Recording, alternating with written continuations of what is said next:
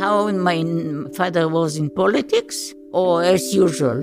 But politics and my father was the same. He was not interested in any other things.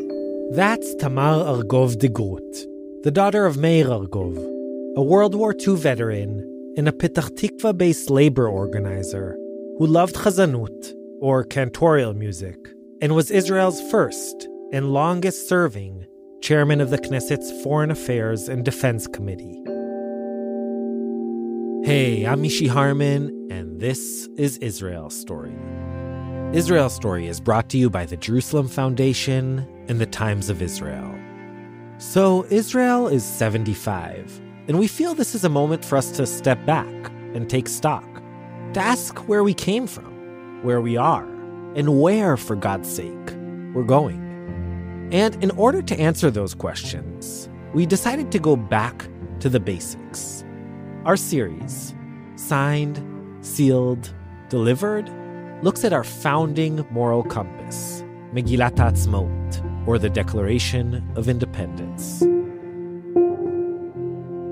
37 people signed Megillat HaAtzmaut, and over the course of the past several months, our team has diligently tracked down and interviewed the closest living relative of each one of these signatories. We talked about their ancestors and families, about the promise of the Declaration, the places in which we delivered on that promise, the places in which we exceeded our wildest dreams, and also about the places where we fell short. And it is through these descendants of the men and women who, with a strike of a pen, gave birth to this country of ours, that we wish to learn something about ourselves. Today we'll meet Meir Argov and his daughter, Tamar Argov de Groot. She'll present one of the many political perspectives we'll be featuring throughout the series. We'll be right back. Want flexibility? Take yoga. Want flexibility with your health insurance? Check out United Healthcare Insurance Plans. Underwritten by Golden Rule Insurance Company, they offer flexible, budget-friendly medical, dental, and vision coverage that may be right for you. More at uh1.com.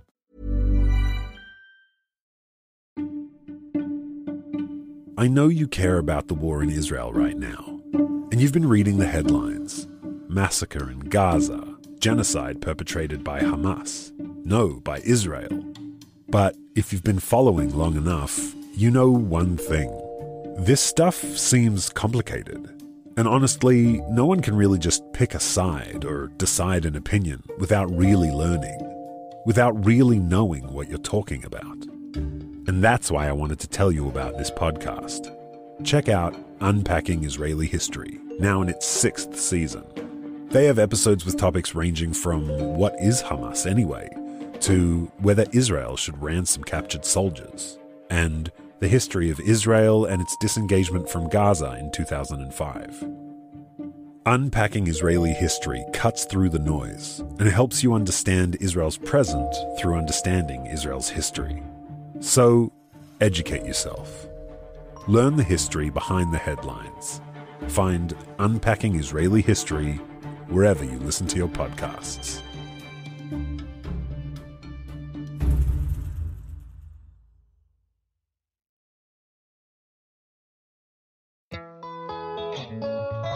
With what seems like an endless amount of information at our fingertips, we tend to forget that wondering about things is really part of the journey to finding answers we're looking for. So, when it comes to the hot topics of Israel, Judaism, and Zionism, there's so much to wonder about right now that it's hard to know where to turn. Enter the latest weekly podcast from Unpacked, Wandering Jews with Michal and Noam. Join hosts and educator extraordinaires Michal Biton and Noam Weissman as they tackle these topics and the uncomfortable questions that surround them, with the goal of working towards the answers together with their listeners. No matter where you're from, if you've ever wondered about anything, this is the podcast for you. So check it out. Subscribe to Wandering Jews with Michal and Noam on your favorite podcast app today. Wandering Jews is brought to you by Unpacked, a division of Open Door Media.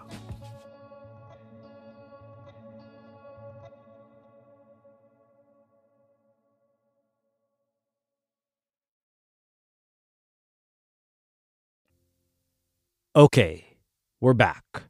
Here's Italian journalist Federica Sasso with Tamar Argov de Groot, Meir Argov's daughter. Meir Argov was born as Meir Grabovsky in Ribnica, Bessarabia, in 1905. At the age of 14, while his family was fleeing civil unrest in the region, his father Yeshayahu, a learned man and a grain salesman, was murdered on the road to Alexandria.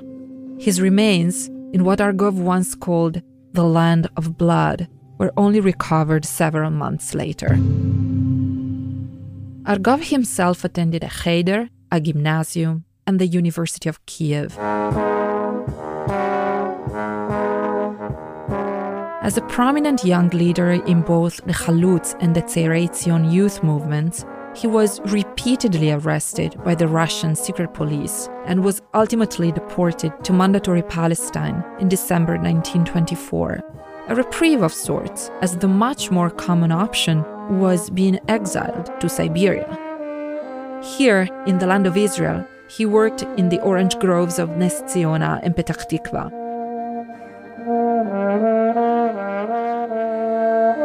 פתח תקווה, אם המושבות, היא גם חלוצת גידול פרי הדר. סביב תפוחי הזהב קמות אגודות של פרדסנים ומתפתחת תעשייה רחבה שהופכת את התפוז הארצי-ישראלי לשם דבר.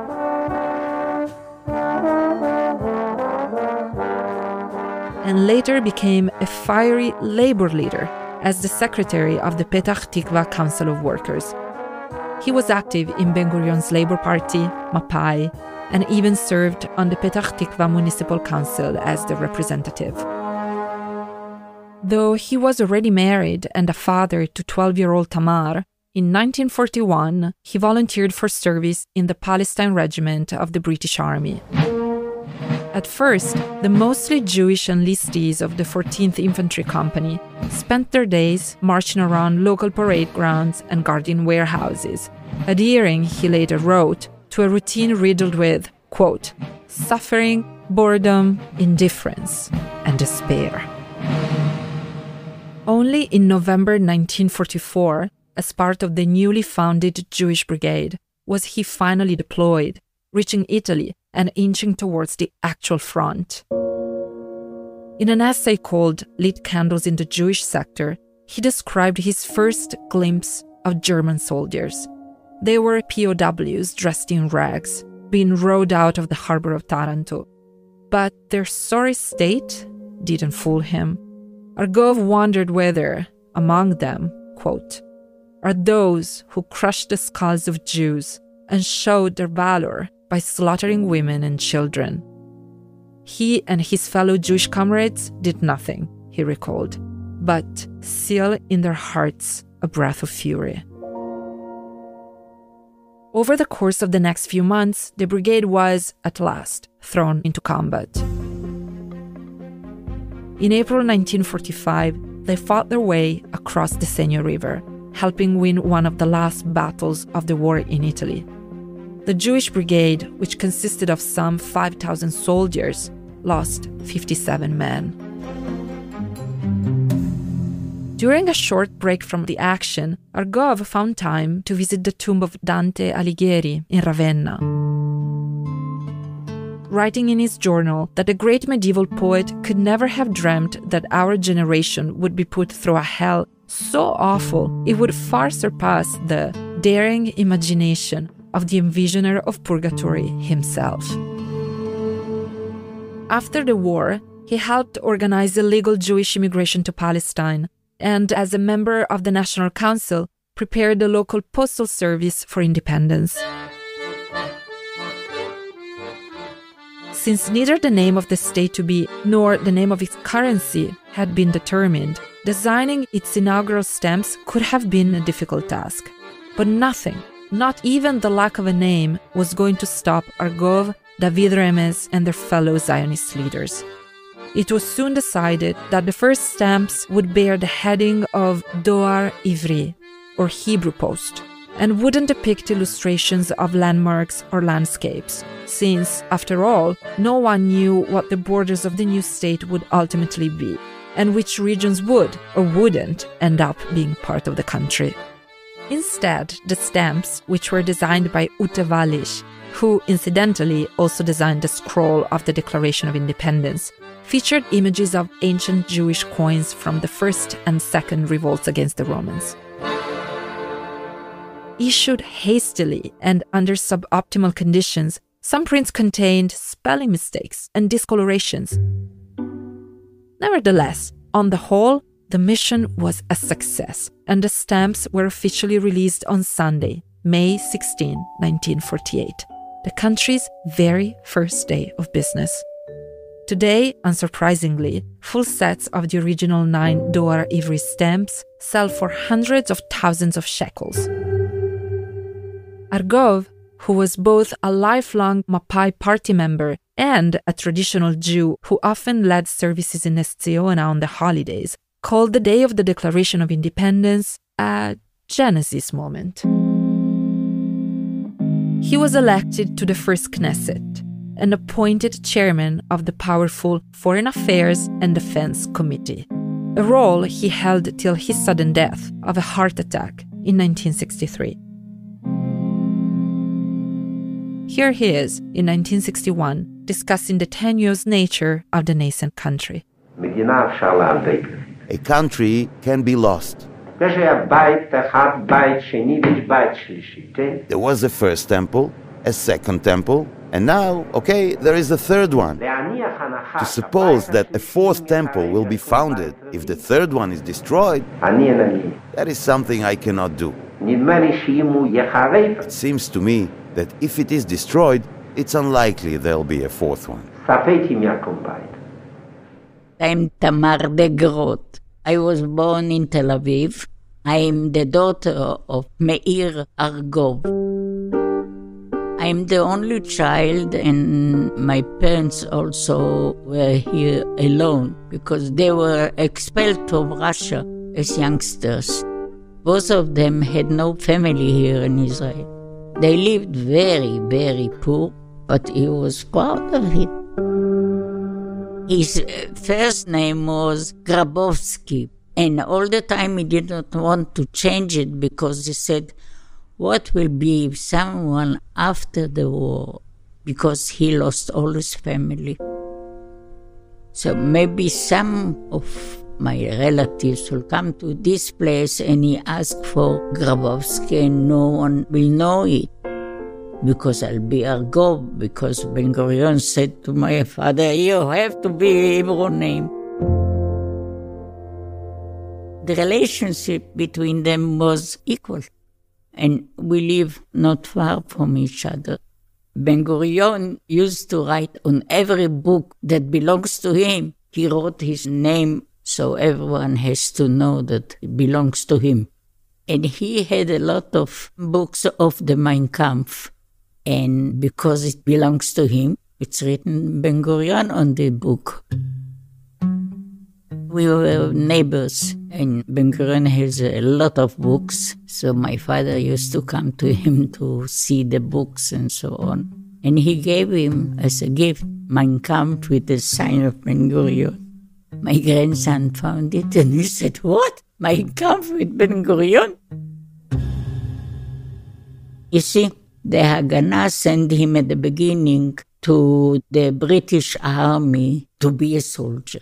When he was in the British Army, I knew that if I write him just a regular letter, as a child writing to her father, okay, it's not interesting for him.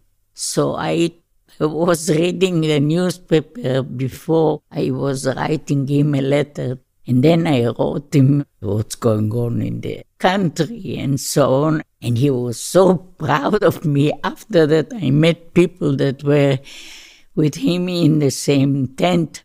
And they said every time that he got a letter from me and I was telling him what's going on in the politics and so on, and they all remember.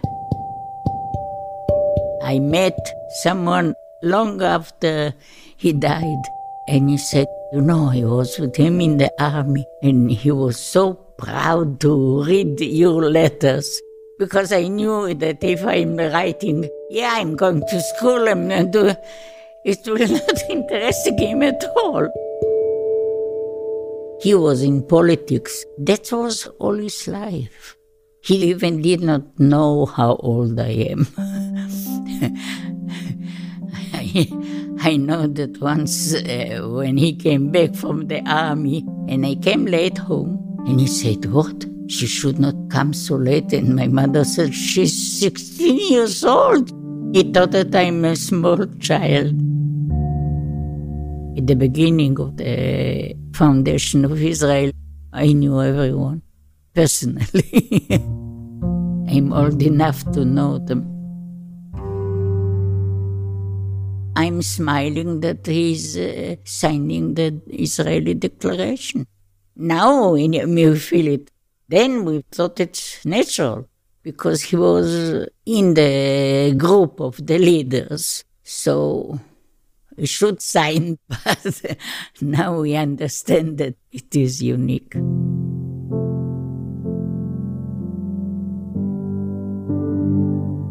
In the War of Independence, I was in the Palmach. I fought in the way to Jerusalem, and Shoresh was our base.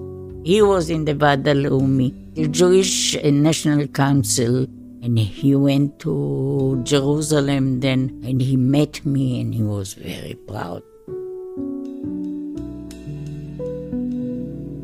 After the war, I went back to school for another year, and then I became a teacher here in Jerusalem. I was a teacher all my life. He was in politics. That was his life, and this was his thinking.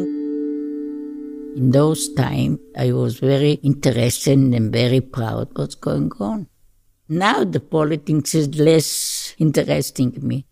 People that are in the high places are not reliable at all. I don't believe them. I am very sorry what's going on. My father died very early. He was 60 years old. Oh, you will not believe what's going on here in politics. Politics are so changed from those times. The declaration was after the regime of the British. People were thinking more about country than about themselves. And if he was here, he would be very, very sorry about this. He will be ashamed. I'm sorry that I fought for a country that is not what he wanted to be. And I also don't believe in. I wish for Israel to be more clean from cheating. You see, I fought for Israel. We fought here very hard. I was born here. It's my country. We lived in America, but I didn't like America at all. I was too Israeli. He thought that everyone that can live here should live here. That was his dream of his life. Do I want my children to live here? Oh, and how? I'm sorry that one child is living in Holland. He went to the country of his father. But my father will be proud that Israel is Israel. With the fault, with the things that he did not think about. We have our own country. It's the biggest achievement of the Jews in the world.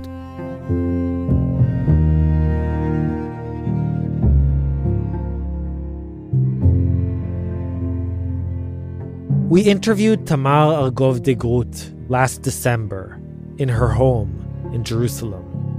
5 weeks later, on January 31st, 2023, she passed away at the age of 93. This, it turned out, was her final interview.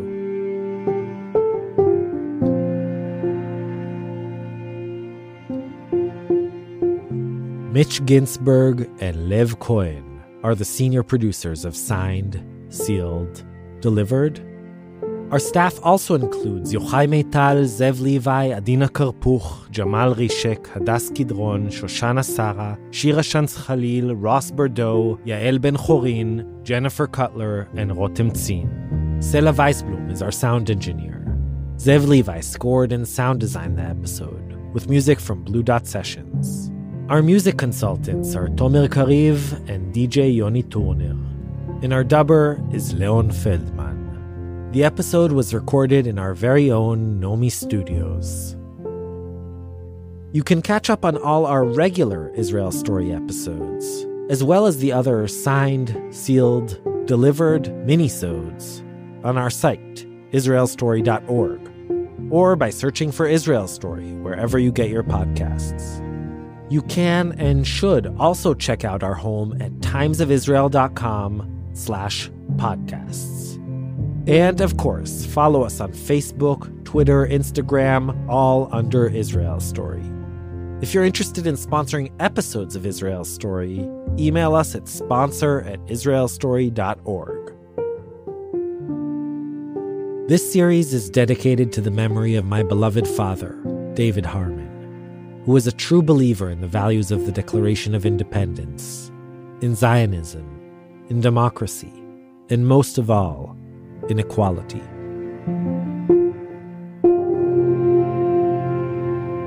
I'm Mishy Harman, and we'll be back next time with another installment of Signed, Sealed, Delivered, and a completely different perspective on Israel's Declaration of Independence. Till then, shalom shalom, and yalla bye. כל הדרכים הן מובילות לרומא, על כן ילדה אסור להתייאש. כל הדרכים הן מובילות לרומא, וייתכן ברומא ניפגש. שם נטייל בצל הקתדרלה, כיכר סן פטר של הוותיקן. האפיפיור וכל הקרדינלים אינם חולמים אפילו שאנחנו כאן. זוג מאוהב, שני סברס מכנען, לוט ואמנון מעמק יזרעאל, עושים טיול שלא עשו אף פעם, אל שער טיטוס בחצות הליל. ותחת שער טיטוס בצל העתיקות תפרחנה נשיקות, מה יש עוד לחכות? אוי טיטוס, טיטוס, לו אתה ראית למטריומף, למי שירי הלל, על יד השער שאתה בנית, סוג מאוהב מארץ ישראל. על יד השער שכבוד האימפרטור אז בנית, זוג חיילים דווקא מארץ ישראל.